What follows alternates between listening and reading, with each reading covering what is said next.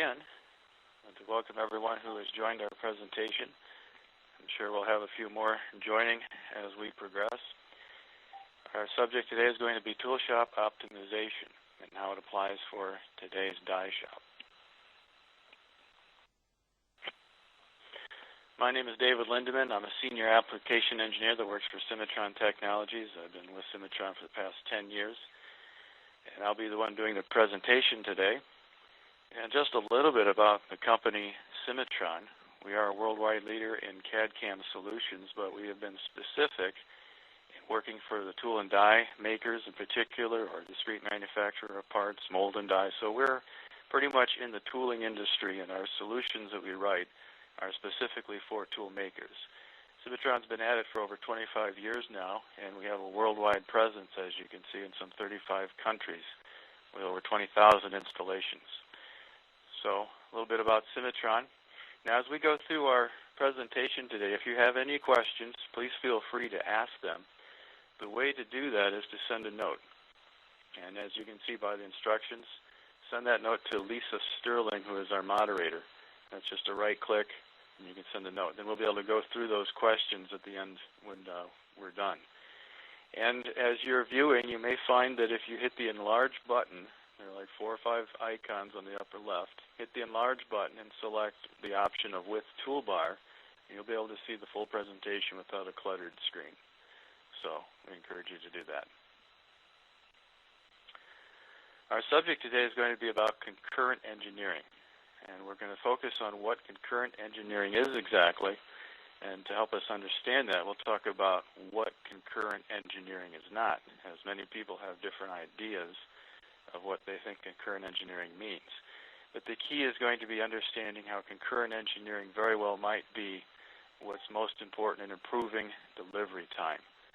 And we'll leave you with the question that you can ask for yourself: is this something that's going to work for my business? So let's start with what we consider the typical die shop process.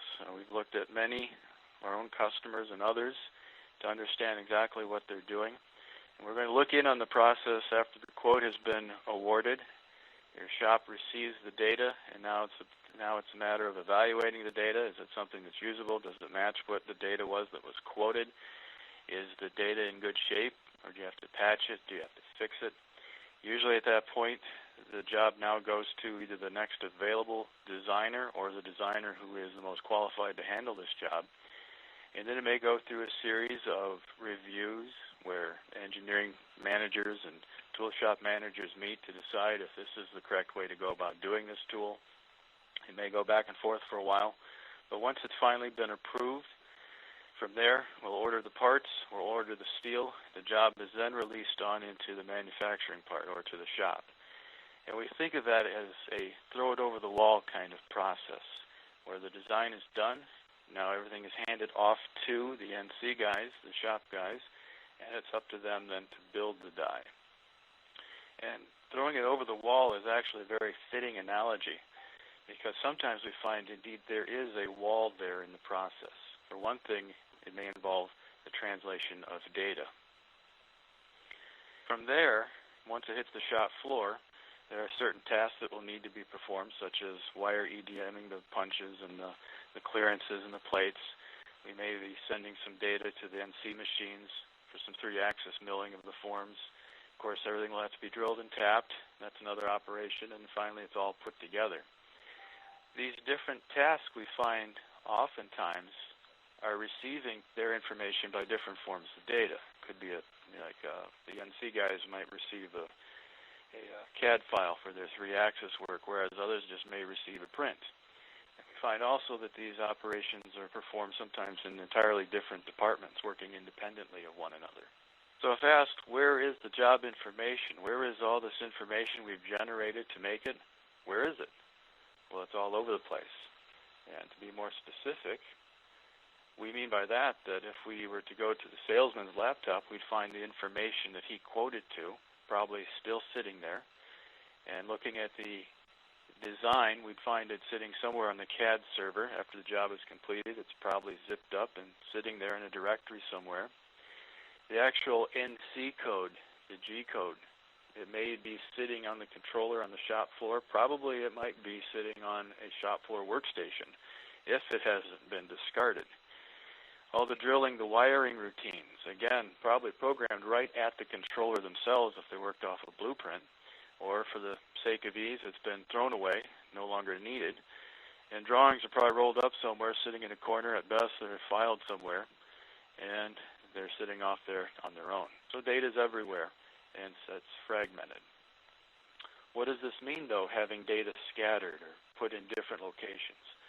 Well, it means in many cases, if we go through an engineering change, a lot of these departments will be starting from scratch. All right? And it's going to be difficult to communicate between departments because we're not all looking at the exact same data. This, of course, lends itself for mistakes. Is the task being completed the same in all the departments as it needs to be? Now, we took some time and we sat down with a typical die shop to understand things in a little bit more detail. And we're going to share with you some of the things we found that they were doing, and you might be able to compare the things that you find in your shop to this to see if they're equal, or maybe it'll make you feel better, too, about the way you're doing things now. We found that when we looked closer into the design department, there were many different design softwares that they were using.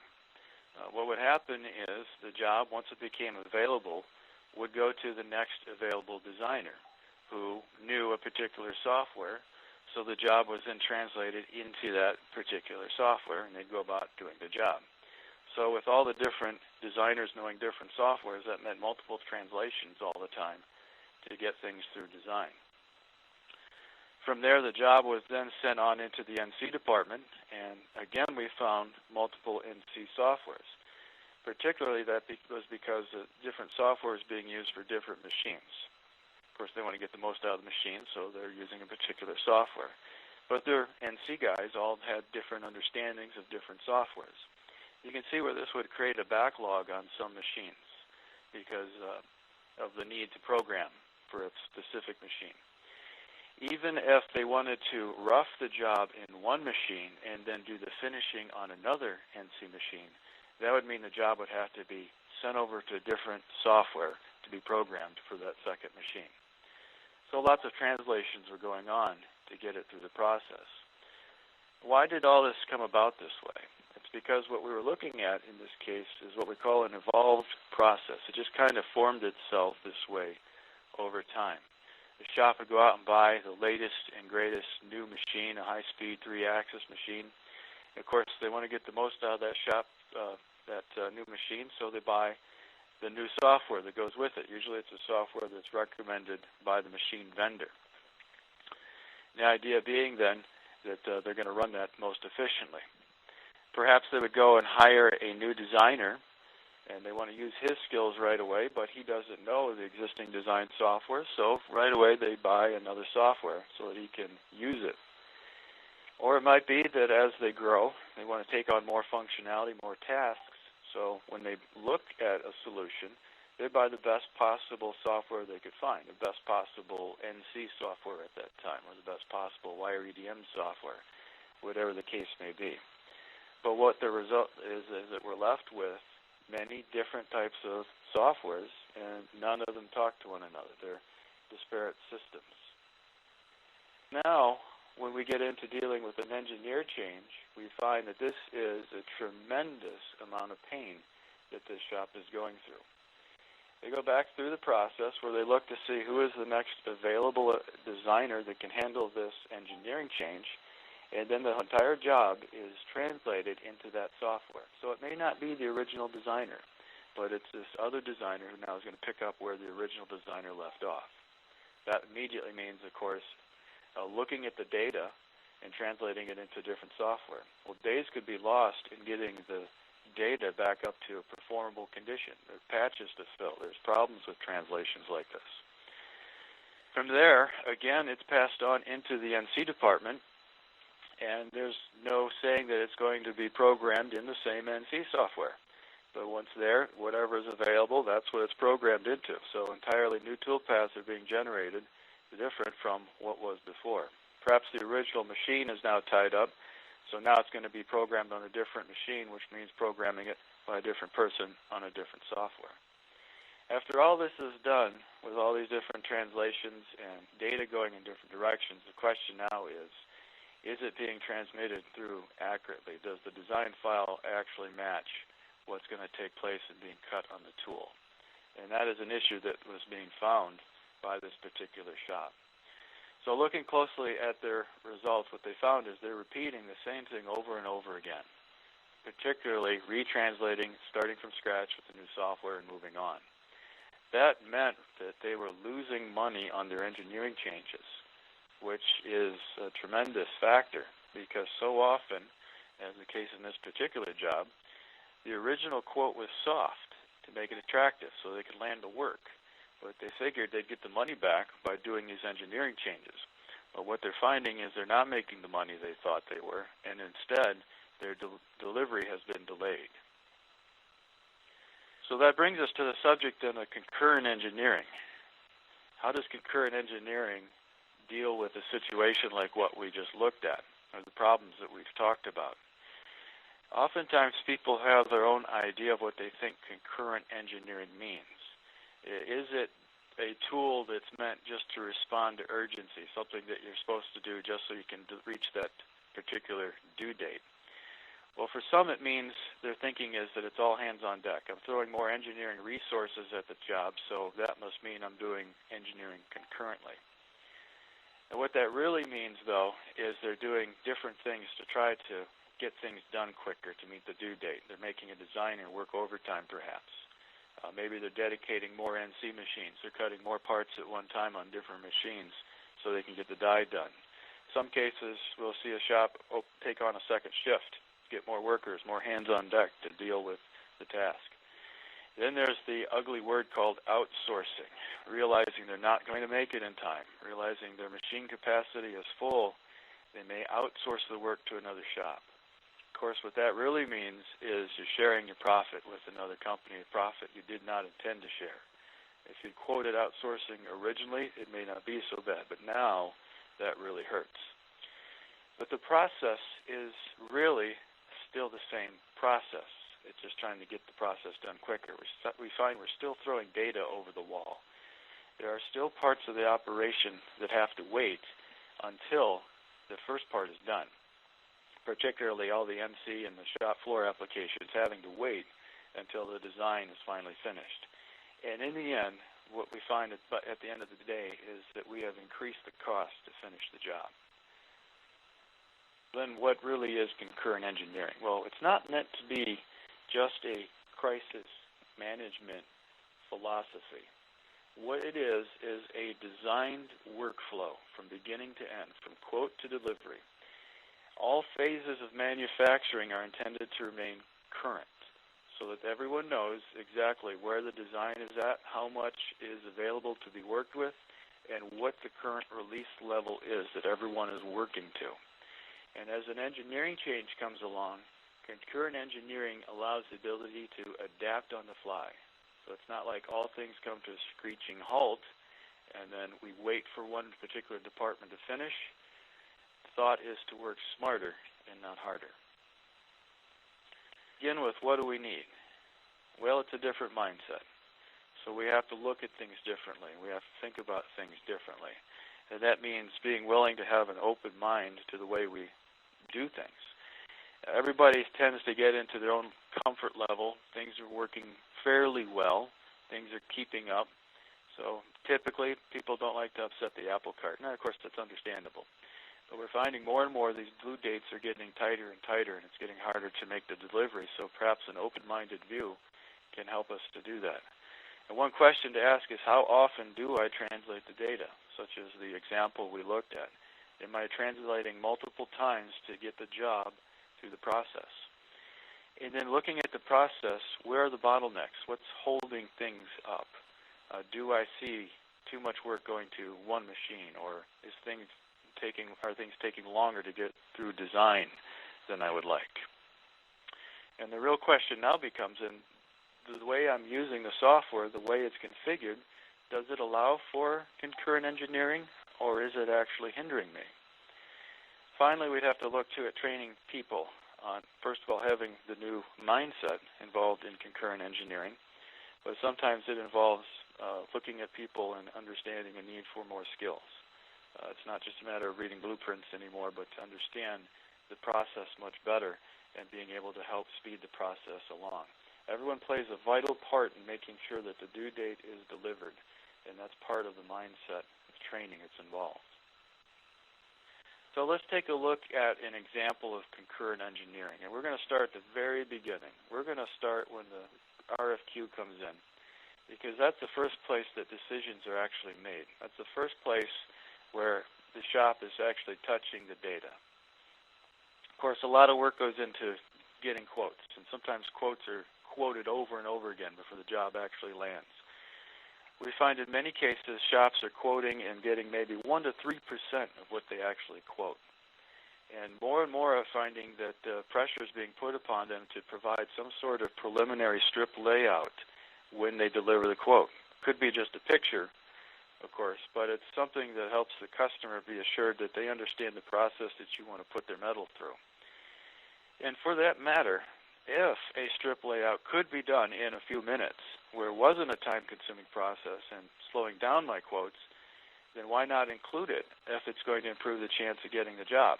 A lot of shops are looking at that in order to get a higher percentage than 1 to 3%. If that's the case, if a preliminary quote is put together, that's something to start with when the design department does their kickoff meeting. They have a much better idea of what's involved in actually designing this tool. In fact, if the data itself could be used and passed on, the design is actually that much further ahead. Sure, it'll need tweaking, but at least the preliminary and the basics are in place. All right, from there, let's look at how that information gets propagated through the design process. And also, let's look at the thought of concurrency right within the design department. We're talking about multiple design processes on the same job. A lot of how this is implemented has to do with how comfortable people are in doing this. And a lot of times they won't try it until they're absolutely desperate and they're running behind. But it is possible to have one designer work on one side of the tool while another designer works on the other. You may look at that and say, well, that's not quite the best way to do it, because if you're designing the punch, you're also really designing the die side at the same time. That may very well be the case in a lot of situations. So it could be that the second scenario is more appropriate, where one designer is finalizing the details of the strip, while another designer is beginning the basics of the tool layout. A lot of the tool, like the die set, understanding where the guides are going to be, all those basics could be built up front, and while waiting for various components of the strip to fall in place. Perhaps in the strip itself, the actual punch areas are already defined, so those could be worked on while the forming areas, the bends, are being dealt with in the strip design. It's the idea here of concurrent engineering, where more than one resource is being thrown at something at a given time, because both individuals are able to look at the data, the same data at the same time. Both are updated as to what the other one is doing without a concern of overriding or changing that particular task that the other guy is working on. And this allows us to quickly incorporate engineering changes on the fly at any stage in the design. Everybody knows what's going on and can see it. So it's a matter now of bringing the data in, updating the different parts of the strip that are affected and the different components of the tool that are affected without having to start over, or most importantly, without one aspect having to wait for the other one to finish. Then from there, we'll take this process on further into NC and assembly. Here, a concurrent system would allow for the guys in the NC department to know immediately if the design has changed. So they may be concerned, say, with just cutting a particular form station. Well, if the data in the form station has changed, it's not just good enough for them to get an email letting them know that, but that they actually have the system tell them, hey, the data is different. What should we do? There's the option then to rerun all the operations that have been performed already. And by that, I'm looking at the last option where it says to recalculate, not reprogram. In other words, the scheme has been set. We understand how we want to rough it. We understand how we want to finish it. Step overs, down steps, the way the tool is going to move through the steel. All that set. It's just recalculating it to understand or to have it match what the new geometry looks like. Likewise, on the shop floor, a blueprint is not going to update automatically just because the design changed in the CAD department. But a shop floor viewer will show a new parts list as things change, and it will also show what the drawing would look like as the notifications are made. So it's a matter of keeping the drawing on the computer in a sense, where people can look at the drawing, and the drawing will update as the design changes. How is all this possible? How could it be done? Obviously, one system is needed to carry the data and to do the concurrent engineering. It has to be a system, though, that is designed to do concurrent engineering. That means that design standards are set with each job, and they're saved and carried with each job.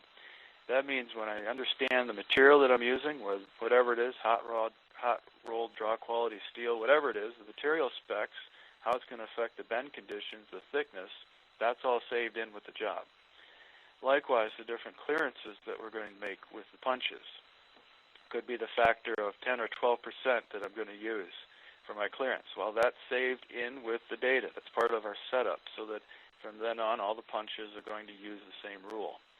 How do I build my die sets? One die set in one shop could be very different from another. Do I order them from Danley? Do I make them myself? Those standards need to be saved within the system so that they can be drawn on again and again.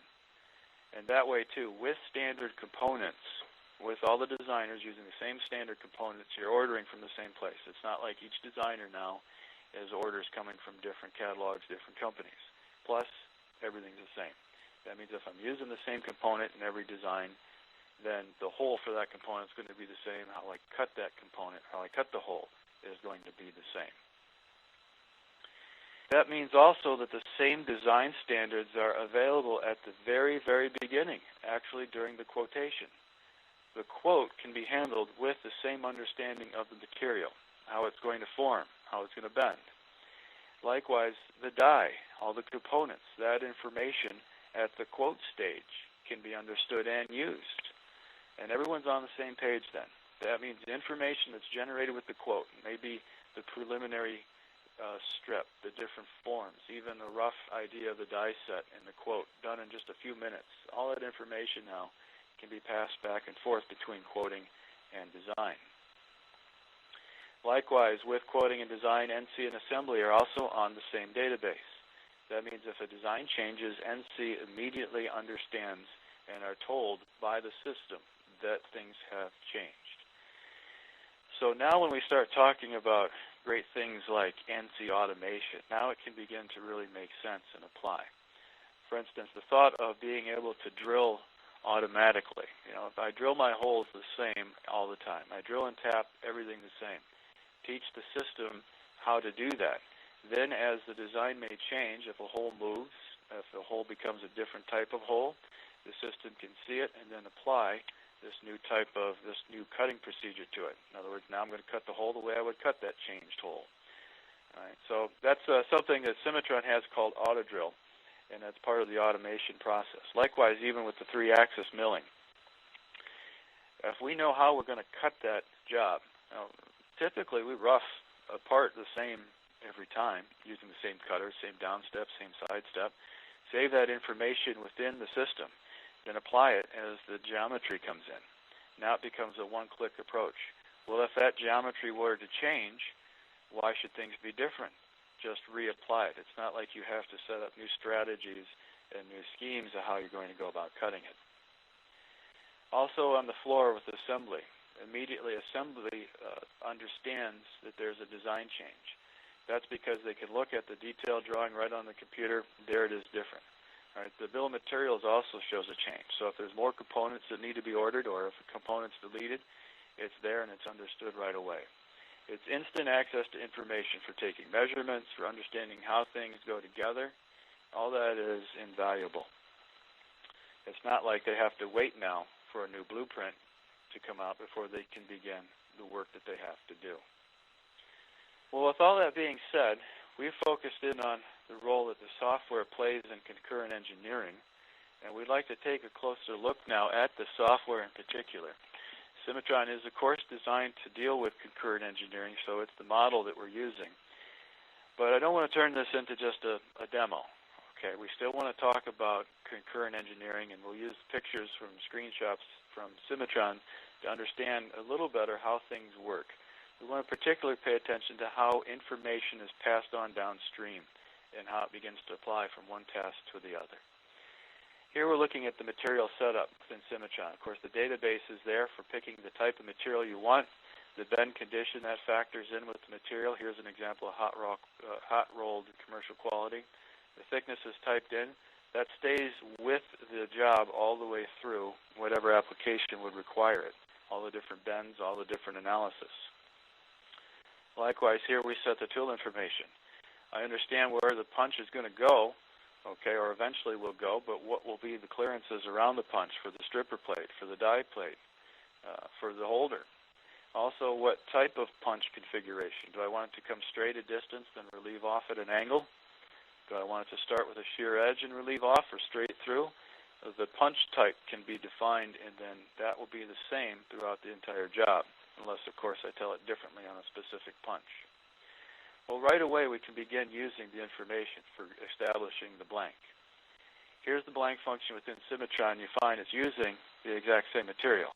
So I don't have to worry about it being right or not every time I push the button to blank it. And this is a fairly involved little part. You've got some up and down turns over a non-uniform face or series of faces. The blank can then be used later on for the quote, for knowing the perimeter, the whole XY area, or also used in nesting. Material information also helps understand the formability. Of course, immediately you can see where this is invaluable during a quote stage. Can I actually hit this in one strike, or will it take multiple strikes? Will I tear somewhere? If I change the material thickness or the material type, make it a harder material, will it now be unbendable?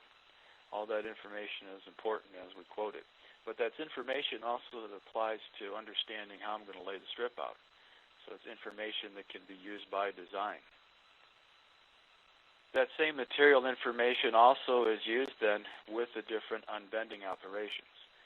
Here we've picked a fairly involved unbend in that it's being unbent to a non-uniform, non-planar, non-conical face or series of faces. So actually that green area with the blue dot, that's following the same topology of the series of irregular faces you see there, or we might call it a binder in some cases. But what's important is it's consistently using the same material throughout. Now that applies also even on the more simple linear bends that may take place, 90-degree bend, as well as a bend to a plane, a bend to a surface. There are numerous bending types. Perhaps you can see on the right-hand side of the screen, oh, there must be 1, 2, 3, 4. There must be about a good 6, 7 different operations you can perform for different types of bends to do the flattening. Of course, they all, again, importantly, use the same material specs. All right, once the perimeter is established, like we talked about, that information now can be used in nesting. So here's the nesting feature where 1 or 2 rows could be established and putting out the information for the type of tooling we're going to be building. Here it's important that the margins are set, and also somewhat in the middle of the screen you can see the progression here is set to 6.5 inches. Well, once that is set, why do I have to think about it? When I start punching things, when I start laying things out, progression is almost always, very rare exception, is going to be different. It's going to be the same. So use that information, propagate that through the system in the places where I would need to use it. Also of note, if you're interested to, as a quote guide, you can see in the grayed out that we're keeping track of the scrap area and the blank area. That, again, is vital information calculated here that could be used to help speed along the quote process. Here's an example of what I mean. Propagate that information of the progression through the system. I'm just doing a simple punch. Basically, we pick where the punch is going to start, and then you can see it repeated downstream through the strip. It carries its way through. All right, and that's the same when it comes to nesting, when it comes to all the different punch forms. All that is established and used again and again. So again, knowledge is being propagated through the system as things are built. Here's an example of a completed strip. Now I focus on this particular thing, not just to talk about, yeah, Cimatron can do a strip, okay, but you see the green colored areas. You see the purple colored areas. Here is where the information from the strip, or the decisions, the knowledge gained when designing the strip is now passed into the tool design. That green area is my punch. That's where I want the punch to go. The punch plate, the stripper plate, all that information is linked to that green surface. Likewise with the form. One of the forms is going to be created from the purple area. Well, the information's there on that particular part of the strip. Let's use it when we're building the form. All right, that's the idea behind, again, concurrent engineering, using what you have and working through, not redoing things, not guessing. Now, by that, like looking again at the green area, getting ahead of myself here. We talked a bit about the die set. We talked about grabbing the shop standards and using them again and again. That can be used here in the die set. This is the type of guide I use. This is the type of bushing I use. This is the rule I use, how far I set it from the corner. When my plate gets this big, this is how big my bushing gets. Those are the rules that are grabbed and then put into the die set. This is a fairly hefty die set. I'm actually loading some 300 components when we work with this particular die set. So it could be as complicated or as simple as you'd want it to be. It's got stripper plates, it's got die plates, punch forms, everything all lined up, springs, screws, everything is attached. Now, in the example you see in the catalog there on the left-hand side, it's a progressive die set, but this could just as easily be for a transfer die. It could be for a single station die. It could have a few components. It could have many components. It's a matter of understanding the way you work and then incorporating that. That means, too, that as the job gets bigger or smaller, this is sized, it's resized, it's made bigger to match a bigger strip, it's made smaller to match the smaller strip. What's important is that the standards are the same. And that goes the same, too, for any component within Cimatron, or any component that we're going to use in concurrent engineering. You should have the ability to bring in more than one part at a time. If I'm using a die insert like this, it should be an assembly. Why do I have to bring in 2, 3 plates, screw them all together, dial them down, make all those multiple operations when it's going to be the same every time, or roughly the same? So here's an idea behind capturing, again, the standards intended for doing the type of insert work. And this could be custom. It doesn't have to be generic or the way it's dictated to you by the particular software. It should be the way you do things. Now you see that green surface? You can see how the green surface is being used to actually make the particular punch unit.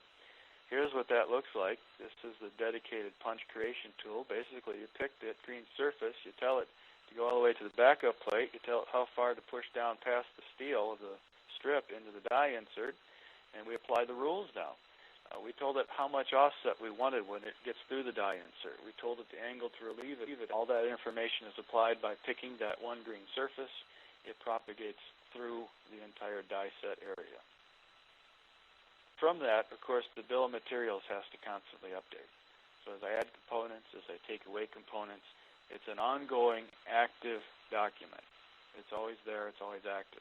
That applies whether I'm looking at it here on a spreadsheet or whether it's been attached to a drawing. It should update. The drawing updates when the part changes or when the die set changes, the BOM updates. That's key to keeping everybody current. So now you can see how we're talking about taking information from the very beginning and how that information propagates all the way through the system. Even down here at the level of assembling it, we understand things are constantly updating so that everyone is looking at the same database and is current. That should apply also with NC, like we talked about. Here's just an example of a rough NC cutter path. What's important is that it always sees the current design. So if that geometry changes, a red flag pops up on the screen that says the geometry has changed, should we recalculate the cutter path? The answer may be no. So if it's an engineering change where I'm actually going to cut further into the form, then why not use what I have, especially if I've already cut it? All right. The thing is, though, is understanding what's been cut, what has not been cut in that particular case. All right. With that, we're talking about what we call stock recognition. All right, if this is what I've cut, I need to know that's where I'm starting at.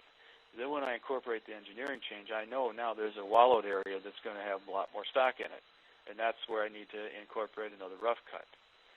So the thought of intelligence in an NC package has to understand these changes as they occur so that the stock can update, and now the new cutter path is going to focus in on just the area that's behind. It's not a matter of me windowing it in and guessing and hoping I've got it right, and if I missed an area, now my finish tool goes into a heavy area and breaks. That's not the matter anymore, because now the software is to understand where those areas are at. Likewise, maybe it's a situation where, well, if I know I'm going to be roughing out more of this stock now, why not apply the roughing procedures that I've already used?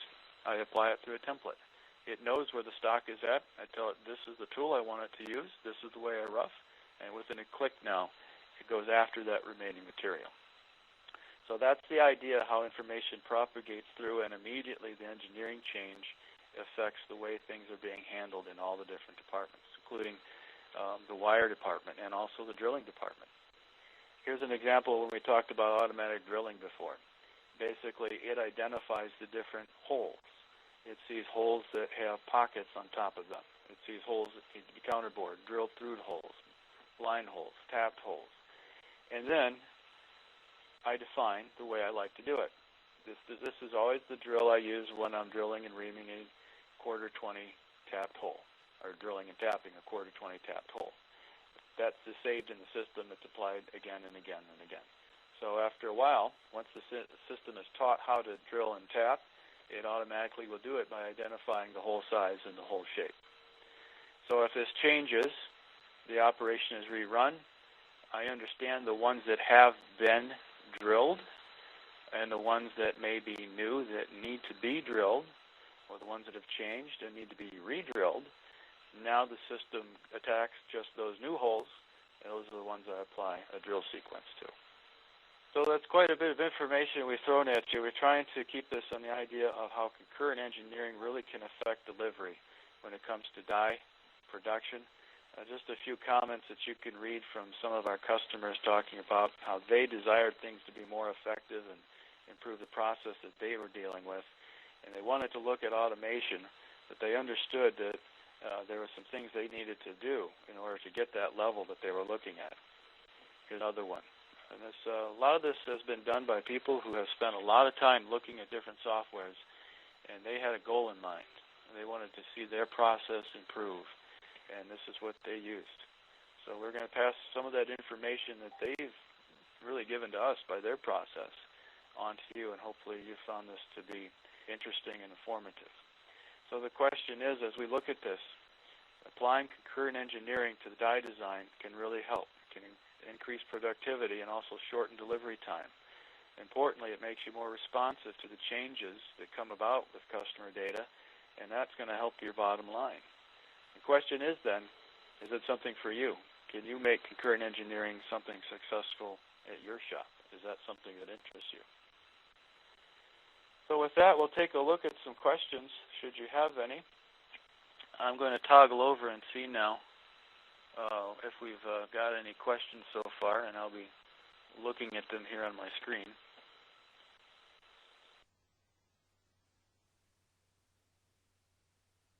Questions. If you have any questions yourself, go ahead and pass them in now. Also, we'll bring up at the end an email address that you can use and how you can contact us. One question is, we talked about shop floor viewers. Can you explain what it is and how it works?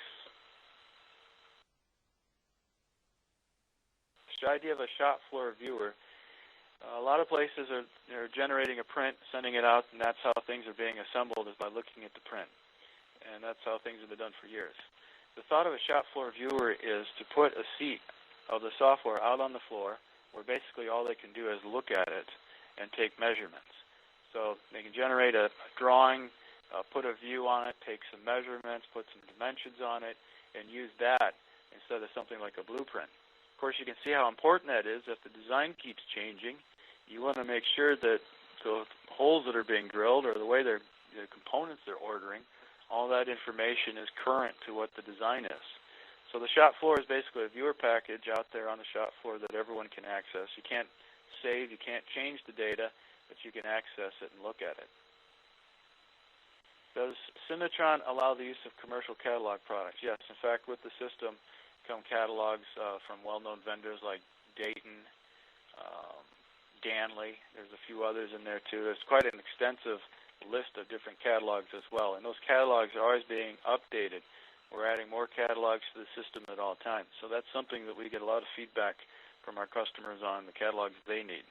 Now, as well as that, you can also use your own catalogs. You can make your catalog that has all the functionality of any catalog that's already there with the system. It has the knowledge of the component. The component can be ordered and the size can be changed, and it knows the hole that it sits in. So when you place the component, the hole is automatically placed with it, and that includes even assemblies. So when you saw me lay that die insert set in, when I placed it, it would have cleared the pocket for it, it would have put and drilled the tapped holes in, it would have put the reamed holes in. So all that information can be brought together then in working with the catalog. How can we get help implementing a current engineering process? So we're talking about processing changes. You certainly can contact us and we can talk about concurrent engineering and what it means. In fact, if you have any questions or if you have any interest in looking further at the product, please contact us. Again, we'll flash that email at the end so that you can get more information and we can arrange to meet with you, have a demo, perhaps even look at the jobs you're doing and the process you're doing and how things can work. We've done things where we've gone into shops and we have looked at the entire process, interviewed people, gotten to know exactly how the workflow is moved. That way we can identify potential bottleneck areas where things are slowing things down. Then we can recommend a process, based upon what you're doing. Whether you choose to look at Cimatron or not, that's something that we call tool shop optimization, and that's something that a lot of people have benefited from. Is there any other questions that anyone may have? Again, you can simply right-click on Lee Sterling or moderator and then send a question in.